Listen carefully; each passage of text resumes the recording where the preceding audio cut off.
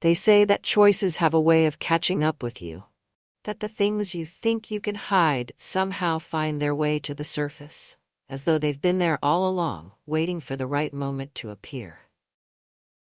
As I sit here, watching the lake from my small, drafty cabin on the edge of a town that holds none of my memories, I feel the weight of those choices settling over me like a heavy mist.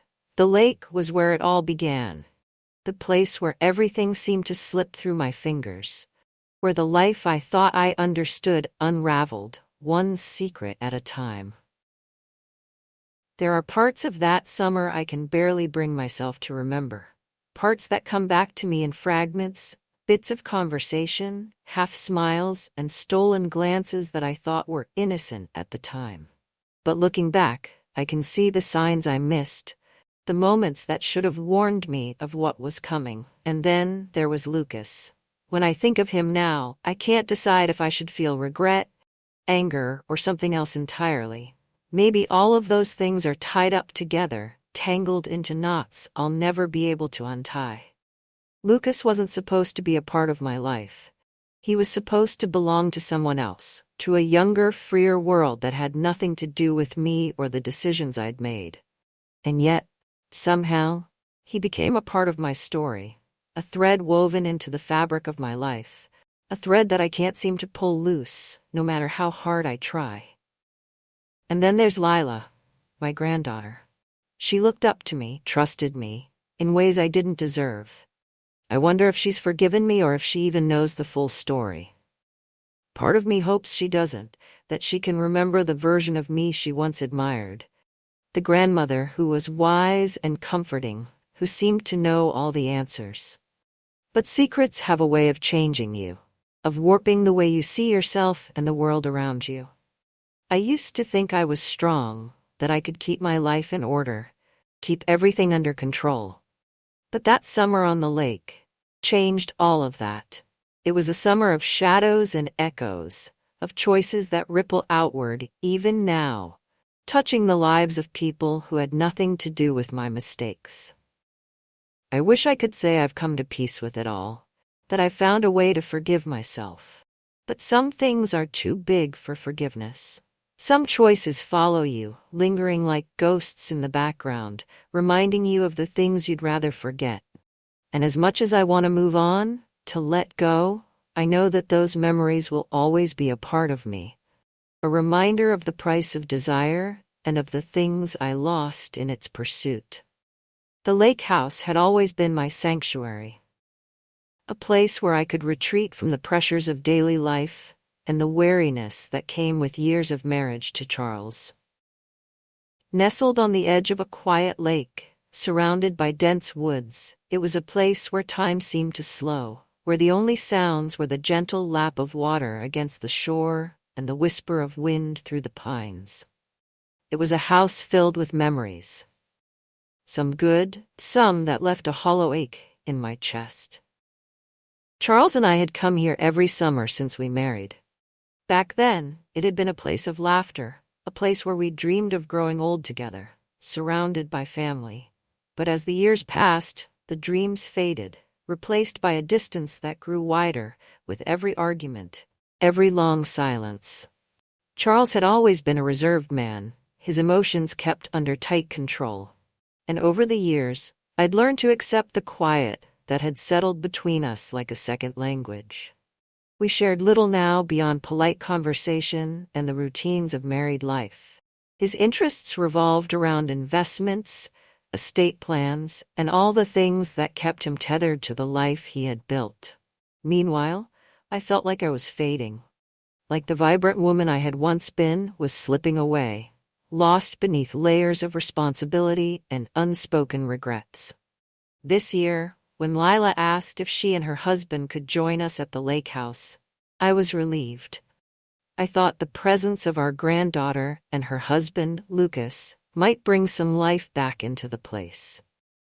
Lila had always been a bright spot in my life, a reminder of the joy that still lingered somewhere beneath the surface.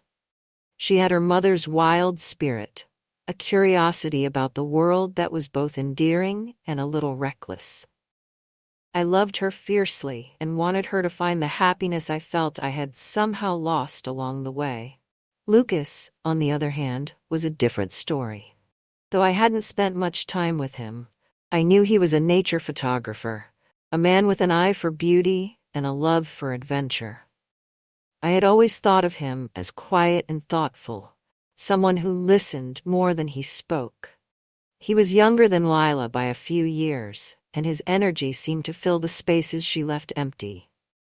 I admired their relationship, their ease with each other, their laughter that seemed to echo through the house whenever they visited. And yet, from the moment Lucas arrived, I felt a tension I couldn't explain, a pull that seemed to draw me toward him in ways I didn't fully understand. It was a feeling I tried to ignore, to bury beneath polite smiles and carefully measured conversations. But as the days passed, that tension grew, threading itself through every interaction, every glance that lingered a second too long. Lila and Lucas arrived on a Friday afternoon, their car kicking up a cloud of dust as it pulled into the gravel driveway. I watched from the porch, waving as they stepped out, their laughter echoing in the still air. Lila ran up the steps, pulling me into a hug, her energy like a burst of sunlight that warmed me to my core. "Grandma, it's been too long," she said, her voice filled with the enthusiasm I had always loved. I smiled, hugging her back tightly. "It has, Leela. You've been missed." Lucas followed behind, his pace slower, his expression calm as he took in the view of the lake. When he reached the steps, he extended a hand, his grip firm, his gaze steady as he looked at me. "Good to see you again, Mrs. Grant," he said, his voice soft, his tone respectful. "Vivienne, please," I replied, offering a smile. "We're family, after all." There was a moment of silence, a pause that felt oddly charged, as though something unspoken lingered between us. He held my gaze for a second, longer than necessary, before nodding, his expression unreadable. As we settled into the routines of lake house life, I found myself watching Lucas more than I intended. He was an outdoorsman at heart, spending his mornings down by the water, capturing photos of the sunrise, the fog that drifted over the lake like a veil. I would watch him from the kitchen window, captivated by his focus, his quiet intensity.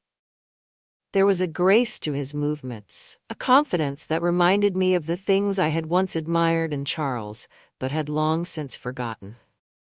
One morning, I ventured down to the dock, a cup of coffee in hand, drawn by the sight of Lucas standing at the water's edge, his camera in hand. He didn't notice me at first, his attention fixed on the landscape before him. But as I approached, he glanced over his shoulder, offering a small smile. "It's beautiful here," he said, his voice low, almost reverent. "I can see why you and Charles love it so much." I nodded, feeling a warmth spread through me that I couldn't quite explain. "Yes, it is. This place has always been special." There was a pause, a quiet moment where we simply stood together, watching the sunlight dance on the water. I felt a sense of peace, a connection that was both familiar and new, as though we were sharing something unspoken, a secret that belonged only to us. As the days passed, I found myself drawn to Lucas in ways I hadn't anticipated. He would join me in the evenings, sitting on the porch as the sun dipped below the horizon, casting the lake in hues of gold and crimson. We would talk about his work, his travels, the places he had seen, and I found myself captivated by his stories, his passion for the world beyond the confines of our little lake house. There was a vulnerability in him, a restlessness that mirrored my own, and as we talked, I felt a connection forming, a bond that went beyond the polite conversations I shared with Charles or even Lila. Lucas saw the world with a depth I hadn't expected, a sensitivity that drew me in, made me feel alive in ways I hadn't felt in years. One evening, as we sat together in the fading light, he turned to me, his gaze thoughtful, his expression serious. "Do you ever wonder what might have been, Vivienne?" he asked, his voice soft, filled with a hint of melancholy. The question caught me off guard, and for a moment I felt my heart skip a beat. I looked away, feeling a flush rise to my cheeks as memories of dreams long buried surfaced in my mind. Sometimes, I admitted, my voice barely more than a whisper. I think we all do. He nodded, his gaze drifting back to the lake, a quiet understanding passing between us. In that moment, I felt a surge of emotion, a longing for something I couldn't name, a desire that had lain dormant for so long it felt like a foreign entity. It was a dangerous feeling, one I knew I should resist. And yet, as the days turned into weeks, I found myself seeking out those moments with him, drawn to his presence like a moth to a flame. From that evening on, our interactions took on a new intensity. There was an unspoken tension between us, a pull that I felt with every glance, every touch of his hand as he passed me a book or held the door open. It was a connection that defied logic, that left me questioning everything I thought I knew about myself. Charles, as usual, seemed oblivious, caught up in his routines, his phone calls, his work. He would spend hours on the phone with his associates, discussing investments and estate matters, while I sat alone on the porch, my thoughts drifting to Lucas, to the possibility of something more. And yet, even as I felt myself drawn deeper into this web of desire, there was a part of me that resisted, a voice in the back of my mind that warned of the consequences, the risks that lurked just beneath the surface. But that voice grew fainter with each passing day, drowned out by the thrill of our shared moments, the excitement of a connection that felt forbidden and exhilarating. The moment our lips touched, there was no going back. It happened in the quiet of the evening, just as the last traces of sunlight slipped behind the trees, casting the lake in shadow. We stood by the water, the house a distant outline behind us, and I felt a surge of something fierce and unstoppable, a longing that had been waiting just beneath the surface, waiting for this moment. Lucas's hand lingered on my shoulder, his touch warm, reassuring, as though he sensed my hesitation. I looked up, meeting his gaze, and for a brief moment, everything else fell away. The house, the lake, the life I had known. There was only him, his steady eyes, his quiet strength, a comfort I hadn't felt in years. Our kiss was brief, tentative, as though we were both testing the waters, afraid to fully give in to the emotions that swirled between us. But in that brief moment, I felt something awaken within me. A part of myself I had buried long ago, hidden beneath years of routine and responsibility. When we pulled away, there was a moment of silence, a charged pause that felt heavier than words. Lucas's hand slipped from my shoulder, his expression soft, his gaze filled with an intensity that made my heart race. "Are you okay?" he asked, his voice barely more than a whisper, as though he were afraid to break the spell that had settled over us. I nodded, my thoughts a jumble of emotions I couldn't fully process. I wanted to tell him that this was wrong, that we were playing with fire, but the words wouldn't come. All I could think of was the way his touch had made me feel, the way his presence filled the emptiness I had carried for so long. From that night on, our relationship took on a new intensity. It was as though a dam had broken, as though all the feelings I had tried to bury had come rushing to the surface, refusing to be ignored. We found ways to be together, slipping away in the quiet hours of the morning, stealing moments in the garden or by the lake, our conversations laced with a thrill of secrecy that made every encounter feel like a gift. I knew it was dangerous, knew that every glance, every touch was a risk, a chance that someone might see, might suspect. But I couldn't help myself. Lucas was a force I couldn't resist, a reminder of the life I had once dreamed of but had let slip away. He made me feel alive in a way I hadn't felt in years. And I clung to that feeling, desperate to hold on to it, even as the weight of guilt settled over me. Each stolen moment with him was a mixture of excitement and dread, a delicate balance between desire and fear. I would lie awake at night, replaying our conversations in my mind, feeling the thrill of his touch linger long after he had gone. And yet, As the days turned into weeks, the burden of our secret grew heavier. A constant reminder of the consequences that awaited us both. As much as I wanted to believe that our relationship could remain hidden, the truth was that the weight of guilt was growing, pressing down on me with each passing day. Charles was still oblivious, his focus on his work, his investments, the life he had built. He would sit by the fireplace in the evenings, a book in hand, his attention seemingly miles away, unaware of the storm brewing beneath his own roof. But Lila was different. She was perceptive, quick to notice changes, to pick up on unspoken tension. There were moments when her gaze would linger on me, her eyes filled with a quiet curiosity, as though she sensed that something was amiss. She would ask me questions, casual inquiries that felt more pointed than they should have, and I found myself growing more anxious, more aware of the precariousness of our situation. I wanted to end it, to put a stop to the affair before it spiraled out of control.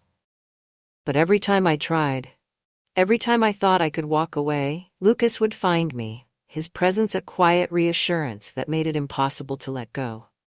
He would hold my hand, his touch a reminder of the connection we shared, and all my resolve would crumble, replaced by a longing that refused to be silenced.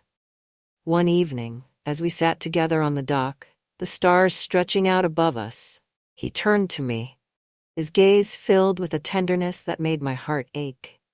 "I don't want this to end, Vivienne," he whispered, his voice barely audible, as though he were afraid to speak the words aloud. I looked away, feeling a mixture of guilt and sadness settle over me. I knew that what we had couldn't last, that we were building something on borrowed time, a connection that would inevitably be torn apart.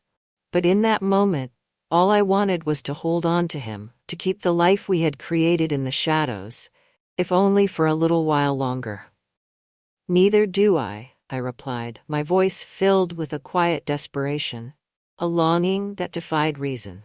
And in that moment, I knew that I was willing to risk everything for him, for the chance to feel alive, even if it meant losing the life I had known.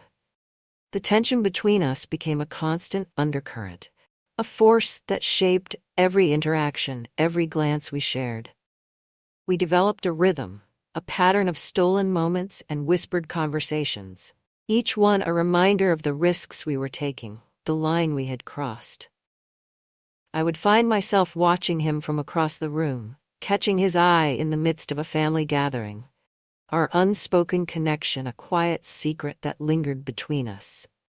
There was a thrill in the secrecy, a sense of excitement that made every interaction feel forbidden, exhilarating.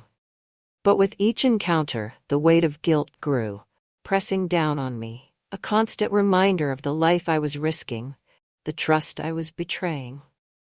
There were nights when I would lie awake, the silence of the house pressing down on me, the reality of my actions sinking in. I would think of Lila, of the trust she had placed in me, the love she had shown, and I felt a pang of guilt that cut deeper than any punishment. I knew that I was betraying her, that I was risking everything for a connection that was as fleeting as it was intoxicating. But even as I tried to convince myself to let go, to put an end to the affair, I knew that I was trapped, bound by a desire that refused to be silenced. One morning, as I stood by the window, watching Lucas walk down to the lake, I felt a surge of fear, a realization of the consequences that awaited us both. I knew that our time was running out, that the delicate balance we had maintained was beginning to unravel. But even as the fear settled over me, I felt a thrill, a quiet excitement that reminded me of the life I had once dreamed of, the life I had thought was lost. And in that moment, I knew that I would do whatever it took to keep him, to hold on to the connection we had created, even if it meant risking everything. The turning point came on a quiet afternoon, when Lucas and I found ourselves alone in the house, the others off on errands or down by the lake. The air was thick with the weight of our secret, the tension that had built over weeks of stolen moments and whispered confessions. He looked at me, his gaze filled with a quiet determination, a longing that mirrored my own. "I don't want to hide anymore," he whispered, his voice steady, his gaze unwavering. I felt my heart race, a mixture of fear and excitement settling over me. I knew that our secret couldn't remain hidden forever, that we were playing with fire, risking everything for a connection that defied reason. But in that moment, all I could think of was the way he made me feel. The life he had awakened within me, a life that had been dormant for so long. "Neither do I," I replied, my voice filled with a quiet resolve, a willingness to risk it all. And in that moment, I knew that there was no turning back, that the path we had chosen was one that would lead to consequences we could no longer avoid. The quiet thrill of secrecy had its own allure, but the weight of my choices grew heavier with each passing day. As Lucas and I continued our secret meetings, the careful balance I'd maintained between my two worlds felt increasingly fragile, ready to shatter at the slightest touch. The line between freedom and danger blurred until I could hardly tell where one ended and the other began. Charles seemed as oblivious as ever, absorbed in his routines, his attention focused on the estate paperwork and the handful of business contacts he continued to entertain even in his retirement. But Lila's intuition was sharper. She moved through the lake house with an air of quiet curiosity, a perceptiveness that had always unsettled me. She had her father's natural gift for reading people, a trait I'd often admired but now dreaded, as I sensed her gaze lingering on me, questions hovering just beyond her words. One afternoon, I found myself alone with Lila on the back porch, the warm sun casting long shadows over the lake.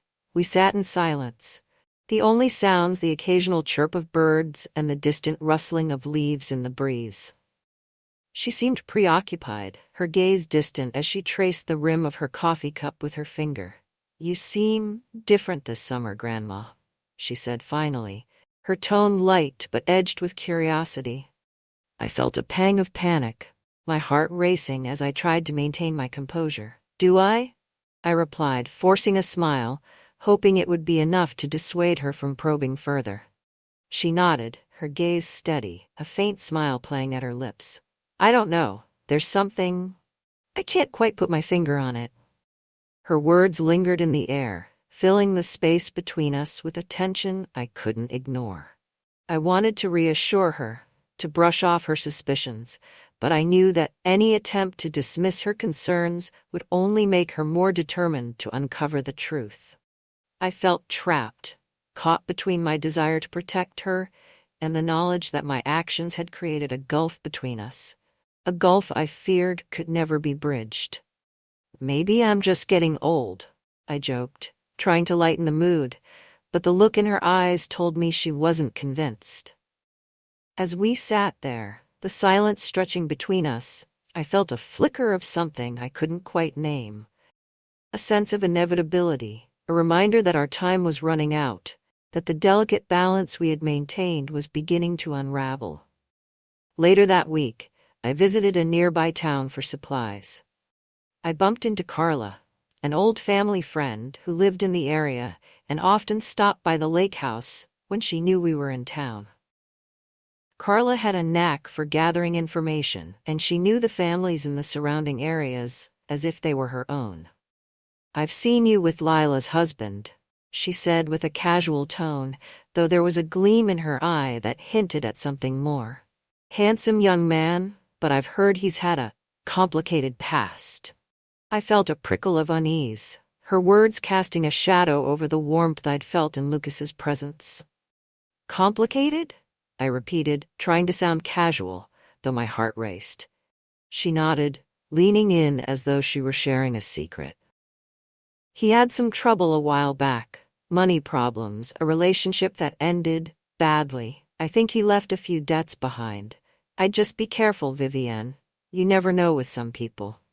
Her words sank in, each one a seed of doubt that took root, twisting my feelings for Lucas into something more complicated, more uncertain. I left Carla with a polite smile, but her words echoed in my mind, filling me with a quiet dread that I couldn't shake. I had wanted to believe that Lucas was someone I could trust, that the bond we shared was real, but Carla's warning cast a shadow over everything. That evening, I found myself questioning every word he'd spoken, every moment we had shared. Had I been foolish to trust him?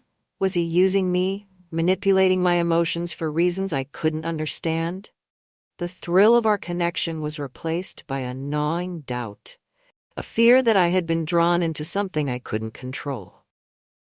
Back at the lake house, Charles's behavior began to change as well.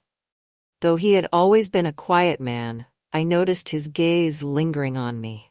His questions more pointed, his tone edged with something I couldn't quite place. He began to inquire about my day, his questions deceptively casual but filled with a weight that unsettled me. One evening, as we sat together in the living room, he looked over at me, his gaze steady, his expression unreadable. "You seem restless, Vivienne," he said, his tone calm but edged with something I hadn't heard in years. I forced a smile, hoping to brush off his words. "Just trying to enjoy the summer," I replied, my voice steady, though my heart raced. He nodded, his gaze never wavering. "I'm sure. But I hope you remember what matters here. It's easy to lose sight of things, especially when you're feeling nostalgic." His words felt like a warning, a reminder that he saw more than he let on. I felt a shiver run through me, a reminder of the life I had built with him, the trust I was risking for a love I could barely define. In that moment, I knew that he was watching, that he was waiting for the truth to reveal itself, even if he couldn't yet see the full extent of my betrayal. As the days wore on, the tension within the lake house grew unbearable.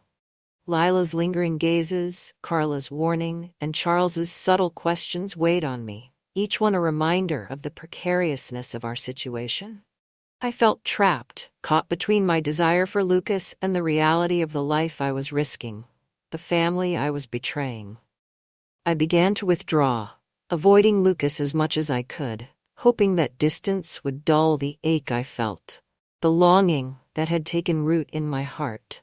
But even as I tried to distance myself, I knew that it was too late, that we had crossed a line we could never return from. One evening, as I stood on the porch, watching the sun dip below the horizon, I felt a presence beside me. I turned to find Lucas, his expression serious, his gaze filled with a sadness I hadn't seen before. "I don't want to lose you, Vivienne," he said, his voice soft, his words filled with a quiet desperation. I looked away, feeling a mixture of guilt and longing settle over me. A reminder of the connection we had built, the life we had created in the shadows. But as I looked back at the lake, the dark waters reflecting the fading light, I knew that our time was running out, that the choices we had made would soon come to light, and that we would both be forced to face the consequences. In that moment, I realized that I couldn't keep running, couldn't keep hiding from the truth. The life I had known was gone, replaced by a web of secrets and lies that could no longer remain hidden. And as I turned to Lucas, I knew that we were standing on the edge of something irreversible, a path that would lead to consequences I could no longer ignore. The evening began like any other, quiet, with the hum of crickets in the air and a gentle breeze rolling off the lake. But there was a tension, thick and undeniable, as though the walls of the lake house held a secret they could no longer contain. I moved through the house with a heavy heart, my steps echoing in the silence, aware that the peace I had tried to maintain was beginning to crack under the weight of my choices. Leela had been more reserved than usual, her gaze darting between Lucas and me, with a look I couldn't ignore. I told myself it was paranoia, that I was imagining things, but deep down, I knew that the truth was coming to light, piece by piece. The life I had tried so hard to preserve was slipping through my fingers, and there was nothing I could do to stop it. That night, as I sat in the quiet of the den, lost in thought, Leela appeared in the doorway, her expression unreadable, her gaze steady.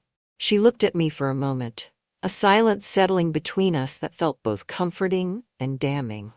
"Grandma," she said, her voice barely more than a whisper, "I know." The words hung in the air, a quiet confession that left me breathless, my heart pounding as I tried to process what she had said.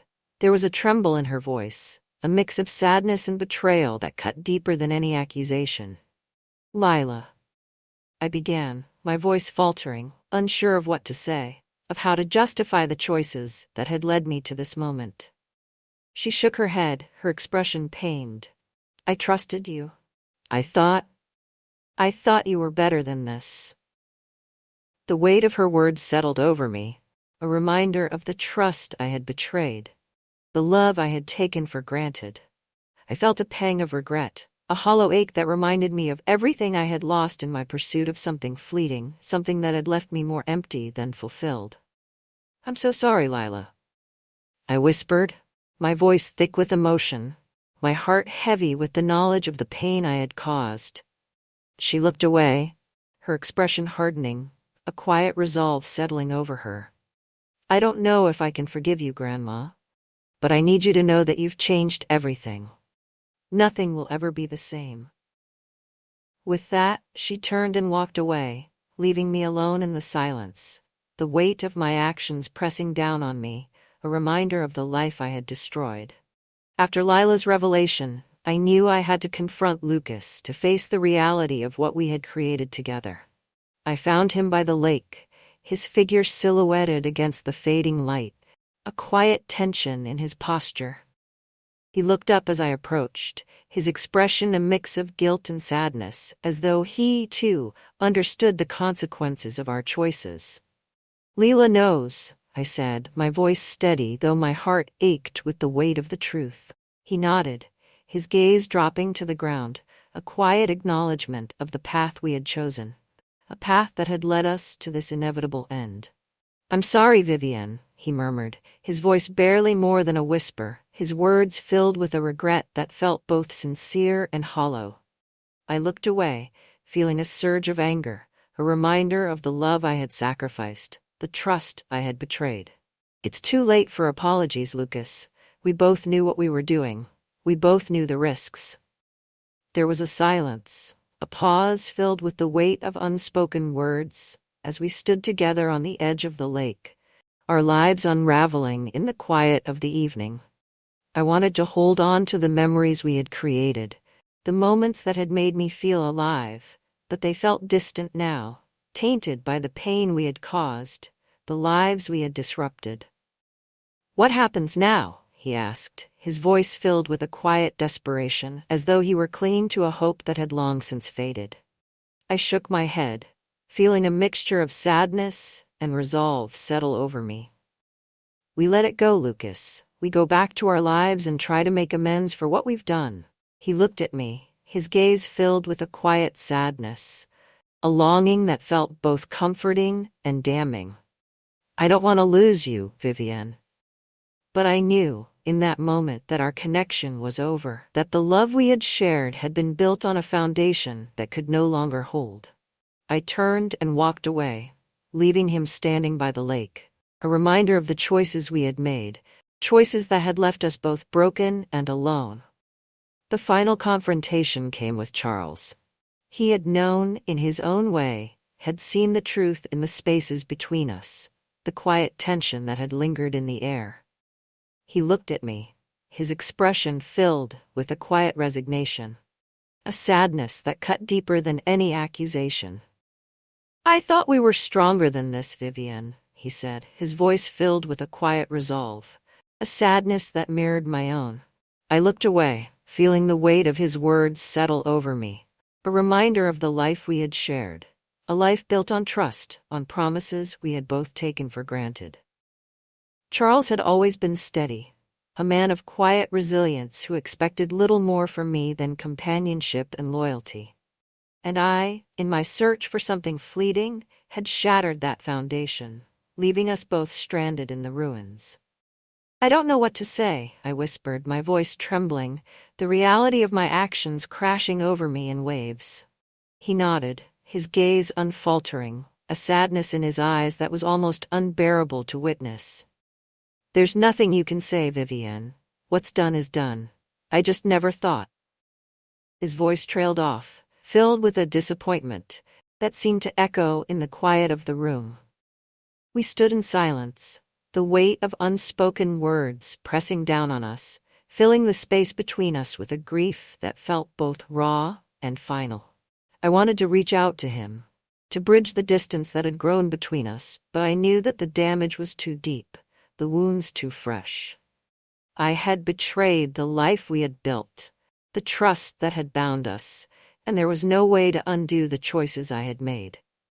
"I'll leave," I said finally, my voice barely more than a whisper, the words a quiet admission of defeat. "I think it's best for everyone if I go." Charles didn't respond, his silence a quiet acceptance, a reminder that our marriage, our life together, was over. I felt a hollow ache settle in my chest, a reminder of everything I had lost, everything I had sacrificed for a love that had left me empty and alone. The next morning I began to pack, moving through the house in a daze, my hands reaching for belongings that no longer felt like mine. Each item, each memory, felt like a shard of the life I had destroyed, a reminder of the choices that had led me to this moment. Lila watched from a distance, her expression a mixture of anger and sorrow, a quiet understanding that cut deeper than any words could have. I wanted to reach out to her, to ask for forgiveness, but I knew that it was too late, that the trust I had betrayed could never be repaired. As I packed the last of my things, I took one final look around the lake house, the place that had once been my sanctuary, my escape. The lake stretched out before me, its waters calm and reflective, a reminder of the life I had left behind, the choices that had led me to this moment of reckoning. "Goodbye," I whispered, my voice barely audible, the words a quiet farewell to the life I had known, the love I had lost. I left the lake house that afternoon, my belongings packed into the trunk of my car, my heart heavy with the weight of everything I had lost. As I drove away, I felt a mixture of sadness and relief, a quiet acceptance of the path I had chosen, the life I had left behind. In the weeks that followed, I settled into a small apartment in a nearby town, a place far removed from the life I had once known. The days were quiet, filled with the mundane routines of solitude, a reminder of the choices I had made, the life I had lost. I spent my days walking along the shore, watching the waves crash against the rocks, a reminder of the choices that had led me to this place of quiet isolation. And though the pain of my choices lingered, a quiet reminder of the life I had destroyed, I found a strange sense of peace in the solitude. A freedom that came from the absence of expectations, of roles I no longer had to fulfill. Over time, I began to accept the consequences of my actions, the choices that had led me to this place of quiet reflection. I knew that I could never undo the pain I had caused, the lives I had disrupted, but I also knew that I could move forward, that I could find a way to rebuild, to create a life that was my own. In the end, I realized that my choices had been driven by a desire for something more, a need for freedom that had led me down a path of destruction. And though I had lost much, I had gained something as well. A sense of self, a quiet strength that came from facing the truth of my actions, from accepting the life I had chosen. And as I stood by the shore, watching the sun set over the water, I found myself smiling, a quiet, bittersweet smile, as I turned away from the past and faced the future, ready to embrace whatever lay ahead.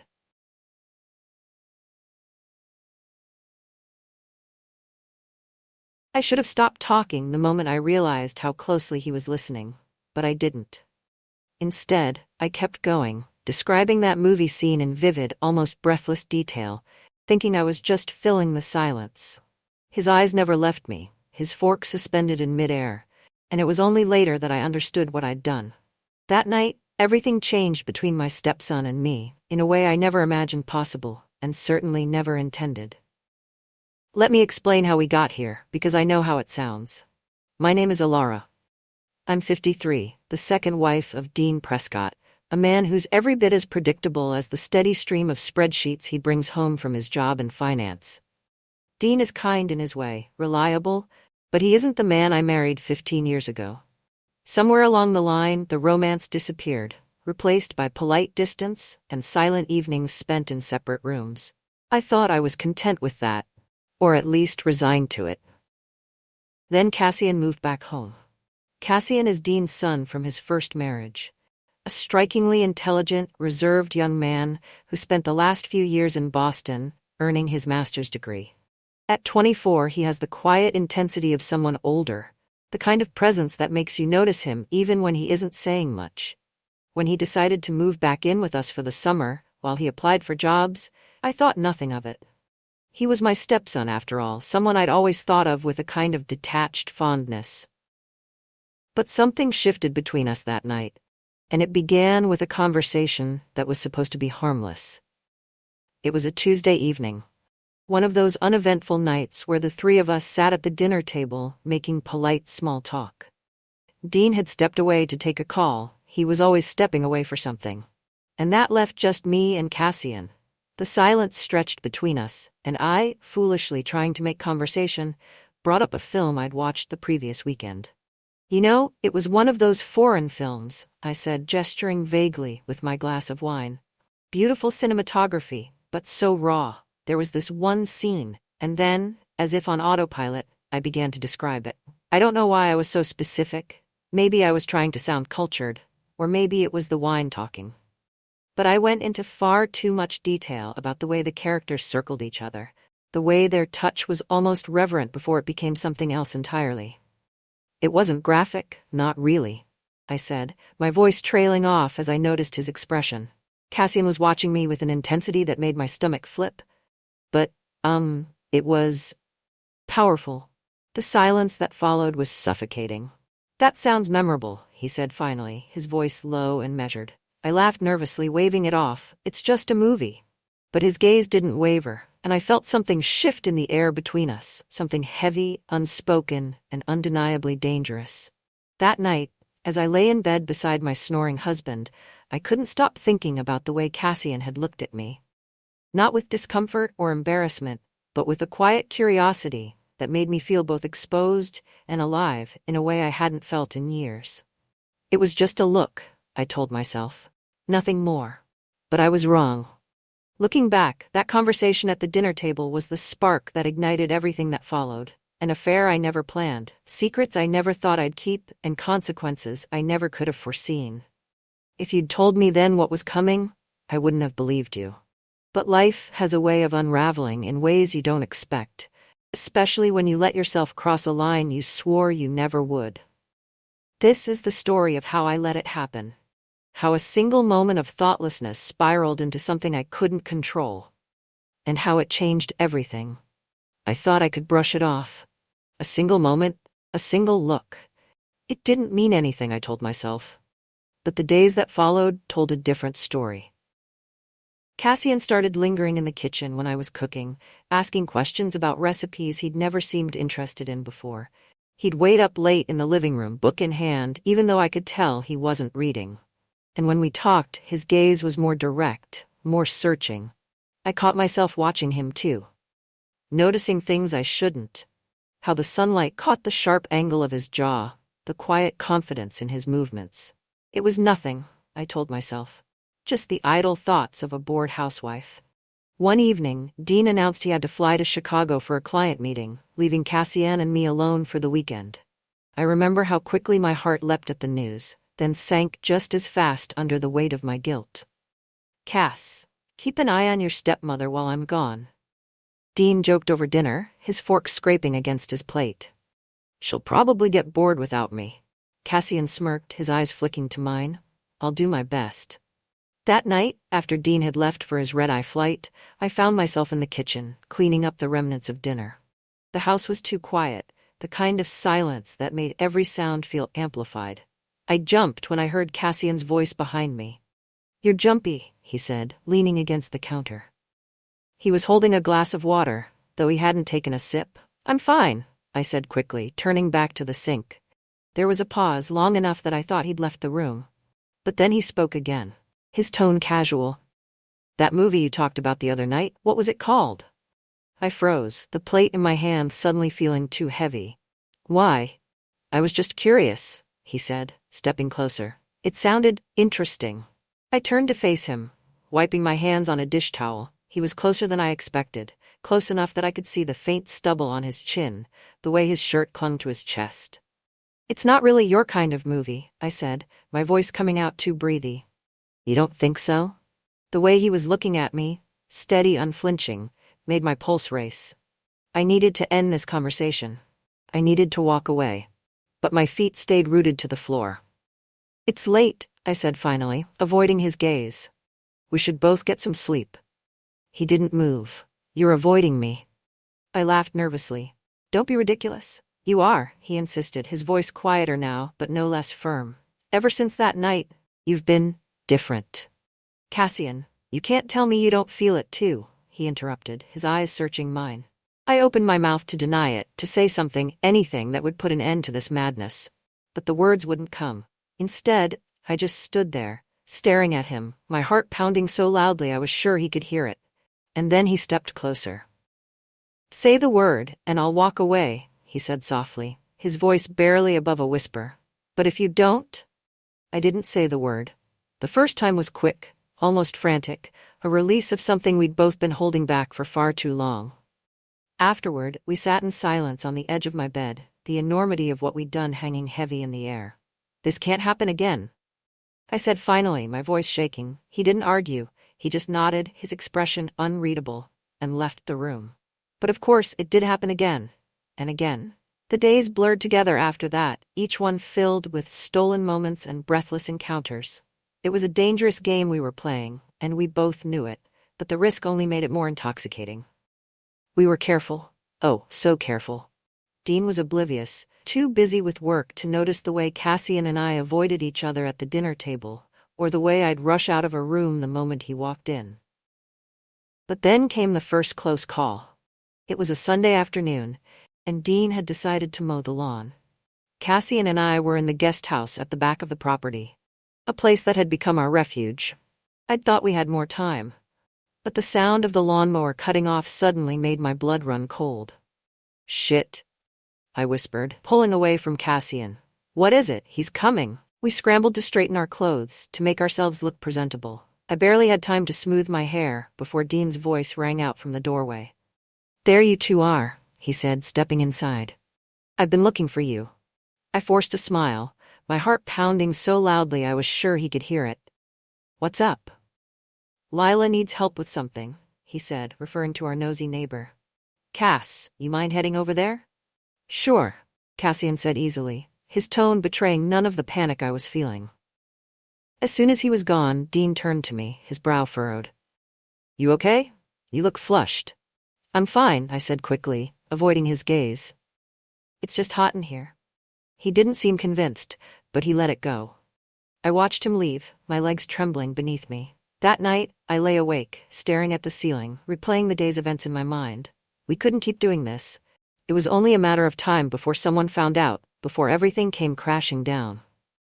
But when Cassian slipped into my room hours later, his eyes dark with need, I didn't stop him. Just one more time, he murmured, his lips brushing against my ear. I can't stay away from you. Neither could I. As the weeks went on, the tension between us became harder to hide. Dean started noticing the way I avoided his touch, the way I flinched whenever he came near me. What's going on with you? He asked one night, his voice tinged with frustration. Nothing, I said, forcing a smile. I'm just tired. He didn't believe me, but he didn't press the issue. But the real trouble began when Lila, our nosy neighbor, started sniffing around. I've been meaning to talk to you, she said one afternoon, cornering me in the driveway. Her smile was too wide, her eyes too sharp. About what? I asked, forcing myself to stay calm. Oh, nothing in particular, she said, her tone casual. Just, you and Cassian seem awfully close these days. My stomach dropped. I don't know what you're talking about. Don't you? She said, her smile widening. I saw you two in the garden the other day. Looked like quite the intimate moment. I felt the blood drain from my face. You're mistaken. Maybe, she said, her tone light but her eyes full of malice. but mistakes can be costly, don't you think? She wanted something. I could see it in her eyes. Money, probably. Or leverage. Either way, I knew we were in trouble. "Have a good day, Alara," she said, turning to leave. "Oh, and tell Cassian I said hi."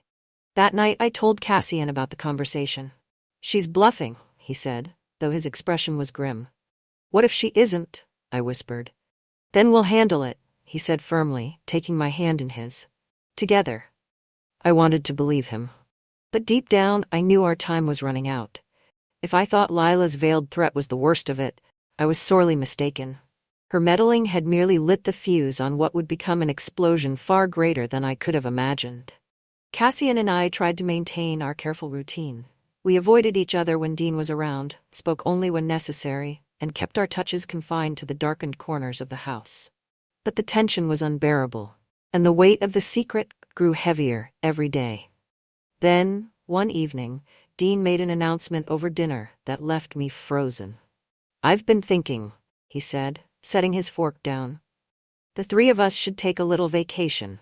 Get out of the house for a while, maybe up to the cabin in Vermont." The cabin. The tiny one-bedroom cabin nestled in the woods, with nowhere to hide and no way to escape. "That sounds great," Cassian said, his voice perfectly neutral. I envied his composure. "Doesn't it, Alara?" Dean prompted, turning to me. I forced a smile. "Sure. It'll be nice to get away." The drive to Vermont was long and uneventful, filled with Dean's monologues about work and Cassian's occasional, carefully measured responses. I sat in the back seat, staring out the window, trying to calm the storm of nerves swirling in my chest. When we arrived, the cabin was exactly as I remembered it. Small and rustic, with a single bedroom and a pull-out couch in the living room. Dean and I would take the bedroom, of course, leaving Cassian to sleep on the couch. At least, that was the plan. That first night, after Dean had fallen asleep, I lay in bed staring at the ceiling, listening to the faint creak of the floorboards as Cassian paced the living room. Finally, unable to stand it any longer, I slipped out of bed and crept to the doorway. He was standing by the window, his silhouette outlined by the pale moonlight. He turned at the sound of my footsteps, his expression unreadable. "You shouldn't be here," he said quietly, though there was no conviction in his voice. "I know," I whispered, taking a step closer. "Dean's right there," he murmured, his gaze flicking toward the closed bedroom door. "I know," I repeated, my voice trembling. But I didn't stop. The pull was too strong, the temptation too overwhelming. And there, in the dim glow of the cabin's living room, we broke every rule we'd set for ourselves. It was reckless, it was dangerous, and it was inevitable. The next morning, I woke to the sound of voices. "Just seems odd, that's all," Dean was saying. His tone was casual, but there was an edge to it that set my nerves on edge. "What's odd?" Cassian replied, his voice calm and steady. "The way you two act around each other," Dean said, lowering his voice. "I'm not blind, Cassian." I froze in the doorway, my heart hammering in my chest. "Are you accusing me of something?" Cassian asked, his tone cold. Dean hesitated. "No, of course not. But I can't help but notice things." I stepped into the room, forcing a smile. "What's going on?" "Nothing," Dean said quickly, his expression softening as he turned to me. "I was just saying how nice it is to have Cassian here. It's been too long since we've all spent time together." I nodded, though I could feel Cassian's eyes on me. The unspoken tension was suffocating. As the days passed, the walls of the cabin seemed to close in around us. Every glance, every accidental touch felt like a loaded gun. And then, on the third night, the inevitable happened. Dean had gone to bed early, complaining of a headache. Cassian and I were sitting by the fireplace, the crackling flames the only sound in the room.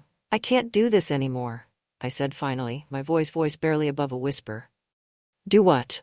he asked, though he knew exactly what I meant. "This," I said, gesturing between us. "It's too risky, we're gonna get caught." He leaned forward, his elbows resting on his knees. "What do you want me to do, Alara? Pretend I don't feel this way? Pretend you don't?" I looked away, my throat tightening. "We have to stop." He reached out, his fingers brushing mine. "You don't mean that." Before I could respond, a loud thud from the bedroom made us both jump. "What was that?" I whispered, my heart racing. Cassian stood, his expression tense. "Stay here." He walked toward the bedroom, his footsteps silent on the wooden floor. I watched as he opened the door and disappeared inside. A moment later I heard voices. What the hell is going on here? Dean's voice was low and furious, though I couldn't make out the words. I stood, my legs trembling, and crept toward the bedroom. Think I don't see what's happening? Dean was saying. You're not as clever as you think, Cassian. You're being ridiculous, Cassian replied, his voice calm but firm. Am I? Dean shot back. Because I'm pretty sure I know exactly what's going on here. I pushed the door open, my heart in my throat. Dean, stop, I said, my voice shaking. He turned to me, his eyes blazing. Do you think I'm an idiot, Alara? Do you think I haven't noticed the way you look at him? The way he looks at you? Dean, you're overreacting, I said, trying to keep my voice steady. Am I? He demanded, stepping closer. Cassian moved between us, his jaw tight. Back off. Dean's eyes narrowed. You little bastard, he hissed. You think you can waltz in here and... That's enough, I shouted, my voice breaking. Both men turned to look at me, their expressions a mix of shock and anger. This is insane, I said, my voice trembling. We're family. We're supposed to be better than this. Dean stared at me for a long moment, his face hard. Then, without another word, he turned and walked out of the room, slamming the door behind him. That night, as I lay awake in the dark, I couldn't stop replaying the scene in my mind. Dean knew, or at least he suspected. And now, everything was hanging by a thread. But the real twist came the next morning when I found a note on the kitchen counter. It was from Dean. I'm leaving, it read. Don't bother calling me. You've made your choice. I stared at the note, my hands trembling. He was gone. What is it? Cassian asked, appearing behind me. I handed him the note, unable to speak. He read it, his expression unreadable. Then he looked at me, his eyes filled with a mix of anger and determination. We'll figure this out, he said quietly. But as I stood there, staring at the empty space where Dean's car had been, I couldn't shake the feeling that this was only the beginning. The fallout from our actions was far from over, and the consequences would be more devastating than I could have ever imagined. The silence in the cabin after Dean left was deafening. For hours, neither Cassian nor I spoke. His note sat on the counter like an accusation, its words etched into my brain. I'm leaving. Don't bother calling me. You've made your choice. It wasn't clear if he was coming back. He hadn't said how much he knew, only hinted. That ambiguity gnawed at me, worse than outright confrontation. But there was no denying what his sudden departure meant. Everything was unraveling, and I couldn't stop it. Do you think he knows? I asked Cassian finally, my voice barely above a whisper. Cassian, standing by the window with his arms crossed, didn't turn around. He wouldn't have left if he didn't. The words hit me like a punch to the gut. So, what do we do now? He turned then, his expression unreadable. We wait. If he's gone, it's better for us to stay quiet. If we push too hard or try to find him, he'll have the upper hand. You're talking like this is some kind of war, I said, my voice shaking. Isn't it? He replied, his gaze steady. He's not coming back just to forgive us, Alara. If he knows, he'll use it against us. I didn't want to admit that he was right. But the tension in Cassian's voice, the sharp edge of his usually calm demeanor, told me he was already planning for the worst. 2 days passed without a word from Dean. The first night was agony. I couldn't sleep, couldn't stop pacing the tiny cabin, my mind racing with worst-case scenarios. What if he told someone? What if he came back with proof and used it to destroy us? Cassian tried to reassure me, but I could see the tension in his jaw every time he thought I wasn't looking. He was just as worried as I was. The second day, I heard Cassian on the phone in the other room, his voice low and urgent. When I asked him who he was talking to, he brushed it off. No one important, he said, avoiding my gaze. Cassian, don't lie to me, I said, crossing my arms. He hesitated, then sighed. I was calling a friend, someone who might be able to help us if Dean decides to escalate things. Help us how? I don't know yet, he admitted, but I don't want to be caught off guard. The first sign of trouble came on the third day. Cassian and I were in the middle of breakfast when I heard a car pull up outside. My stomach twisted as I peeked out the window and saw a familiar figure stepping out. Lila. What the hell is she doing here? Cassian muttered, standing up so quickly his chair scraped against the floor. I don't know, I said, panic rising in my chest. She's probably here to stir up trouble. Just let me handle it. Before he could argue, I opened the door and stepped outside, plastering on a polite smile. "Lila," I said, forcing my voice to sound light. "This is a surprise." She smiled back, though the look in her eyes was anything but friendly. "Well, I was just in the area and thought I'd drop by. Check on you and Dean. It's so rare to see anyone these days." "Dean's not here?" I said quickly. "He had to go back to the city for work." "Ah," she said, her smile widening. "Interesting timing." I felt a chill run down my spine. "What do you mean?" "Oh, nothing," she said breezily, stepping closer. "It's just that I saw him leave the other morning, looking quite upset. And you know me, I can't help but wonder what might have caused that." Her tone was casual, but her words carried an unmistakable edge. She wasn't here for small talk. "I don't know what you're implying," I said, keeping my voice steady. "Don't you?" she replied, tilting her head. "Because from where I'm standing, it looks like you and Cassian are awfully cozy without him around." I felt my stomach drop. "You're mistaken." "Am I?" she said, her smile turning predatory. "Because it seems to me that Dean's sudden departure isn't a coincidence. And if I were to start talking to people about what I've seen..." She let the threat hang in the air, her meaning crystal clear. "What do you want, Lila?" I asked, my voice trembling. Her eyes gleamed with satisfaction. "Oh, nothing much. Just a little incentive to keep my mouth shut." I told Cassian about the conversation as soon as Lila left. "She's blackmailing us," I said, my hands shaking. "She wants money." Cassian's expression darkened. "She's bluffing. She doesn't have any proof." "She doesn't need proof," I said. "You know how people are around here. If she starts spreading rumors, let her," he said sharply, cutting me off. "If she pushes too hard, we'll deal with her." His tone sent a shiver down my spine. "What does that mean?" I asked. He didn't answer. That night, I woke to the sound of voices outside. I crept to the window and saw Cassian standing with a man I didn't recognize. A tall, broad-shouldered figure with a leather jacket and an air of quiet menace. They were speaking in hushed tones, but I caught fragments of their conversation. "Just keep her quiet," Cassian was saying. "And if she doesn't cooperate?" the man asked. Cassian's jaw tightened. "Then make sure she does." I felt a wave of nausea. I didn't want to believe what I was hearing, but there was no denying it. Cassian was planning something, and it wasn't good. The next morning I confronted him. "Who was that man?" I demanded. He looked at me, his expression guarded. "A friend." "Don't lie to me, Cassian," I said, my voice shaking. "What are you planning?" He sighed, running a hand through his hair. "I'm trying to protect us, Alara. Lila's a problem, and if she doesn't back off..." "You can't threaten her," I interrupted. "That's not the solution." "Then what is?" he shot back, his voice rising. "Do you want to give her money? Do you think that'll make her go away?" "Because it won't. People like her always come back for more." I didn't have an answer. "She's not going to ruin this for us," he said, his tone firm. "I won't let her." Later that day, I heard from Lila again. She called me, her voice dripping with false cheerfulness. "I thought we could talk," she said. Clear the air." I didn't trust her for a second, but I agreed to meet her at the local diner. I needed to know what she was planning. When I arrived, she was already seated, a smug smile on her face. "Glad you could make it," she said as I sat down. "Cut to the chase," I said, trying to sound braver than I felt. She leaned forward, her expression turning serious. "Here's how this works.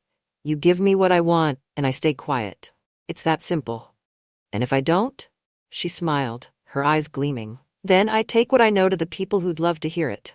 Dean, for starters. Or maybe someone else. Small towns like this, word gets around fast."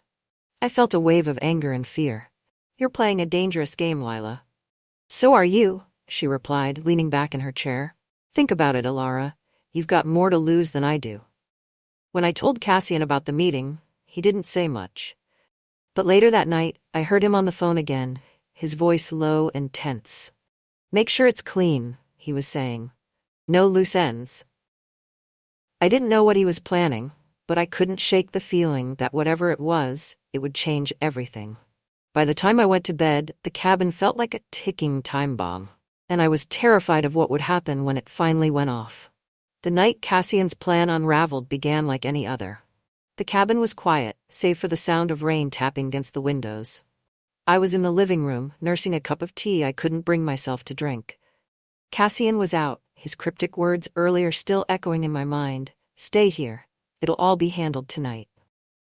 I hated the way he'd said it, so cold and detached, like Lila wasn't a person, just an obstacle to be removed.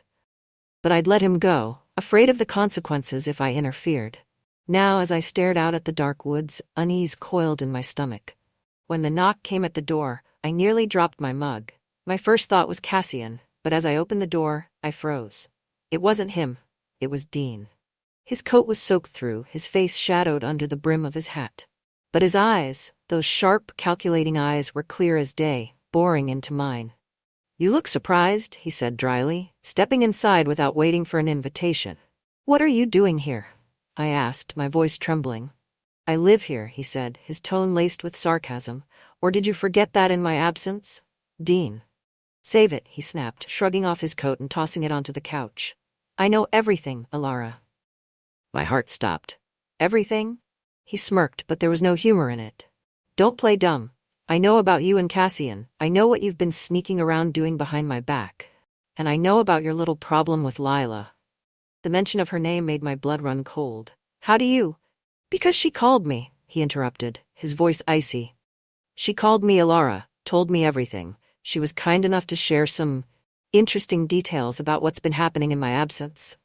I staggered back, gripping the edge of the table to steady myself. "Dean, Don't bother lying," he said, stepping closer. "You're not as clever as you think. You thought you could humiliate me, make a fool out of me? My own wife and my own son?" His words were venomous, each one cutting deeper than the last. "I never wanted this to happen," I whispered, tears stinging my eyes. It got out of control." He laughed bitterly. "Got out of control? You think that excuses it?" "Dean, please," I said, my voice breaking. "I'll do whatever it takes to make this right." "Make this right?" he repeated, his voice rising. "You can't make this right, Alara. You've destroyed everything." Before I could respond, the sound of tires crunching on gravel outside made both of us freeze. The door burst open moments later, and Cassian stepped inside, his expression dark and tense. "Cassian," Dean said, his voice dripping with contempt. "Right on time." Cassian's eyes flicked between us, his jaw tightening. "What's going on?" "Oh, don't pretend you don't know," Dean spat. "You and your stepmother here have been very busy, haven't you?" "Dean, stop," I pleaded, stepping between them. "No," Dean snapped. "I'm done pretending. I'm done playing the fool. Cassian, you want to explain yourself? Or should I?" Cassian didn't flinch. "There's nothing to explain," he said, his voice calm. "You've already made up your mind." Dean's hand clenched into a fist, and for a moment, I thought he might actually hit him. But then he took a step back, his face twisting into a bitter smile.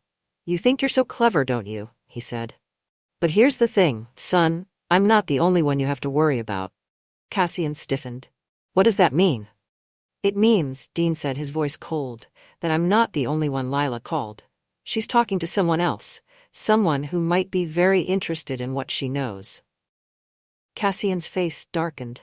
"Hell," Dean shrugged. "I guess you'll find out soon enough." The rest of the night passed in a blur. Dean locked himself in the bedroom, leaving Cassian and me alone to grapple with what he'd said. "He's bluffing," Cassian said, pacing the living room. "He's trying to scare us." "What if he's not?" I asked, my voice trembling. Cassian stopped and looked at me, his expression hard. "Then we deal with it." "Cassian." "No," he interrupted, his tone sharp. "I'm not letting him destroy us, Alara. Not him, not Leila, not anyone." His determination should have comforted me, but it only made me more afraid.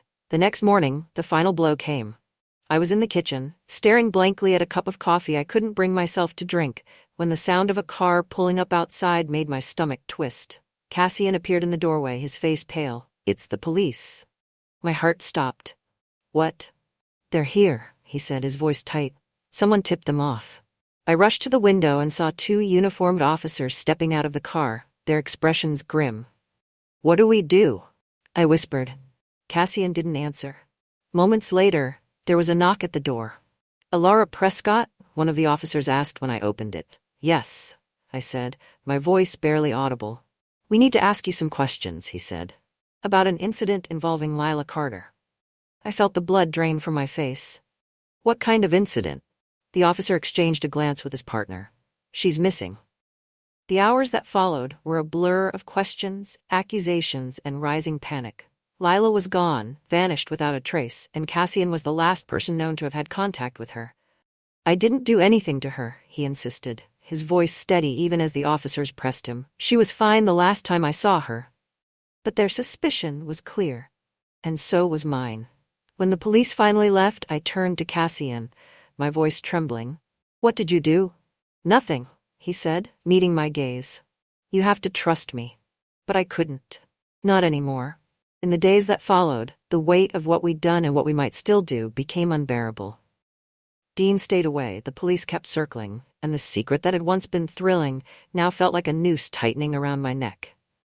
And then one night, Cassian came to me with a plan. We leave, he said. We take what we can and disappear. Start over somewhere else. I stared at him, my heart breaking. Cassian, we can't just run away. Why not? He demanded. There's nothing left for us here. Dean's gone, Lila's gone. What's keeping us here? His words were desperate, almost pleading. But I couldn't ignore the truth. This wasn't the life I wanted. I can't do this, I said finally, my voice shaking. I can't keep running. His expression hardened. So that's it? You're giving up? I'm sorry, I whispered, tears streaming down my face. For a moment he just stood there, staring at me. Then he turned and walked away, leaving me alone with the wreckage of what we'd done. In the end, I was left with nothing but questions. What had happened to Lila? Where had Dean gone? And what would become of Cassian? I didn't have the answers. All I knew was that the choices I'd made, the lies, the betrayals, the forbidden love, had led me to this moment. And now, there was no going back.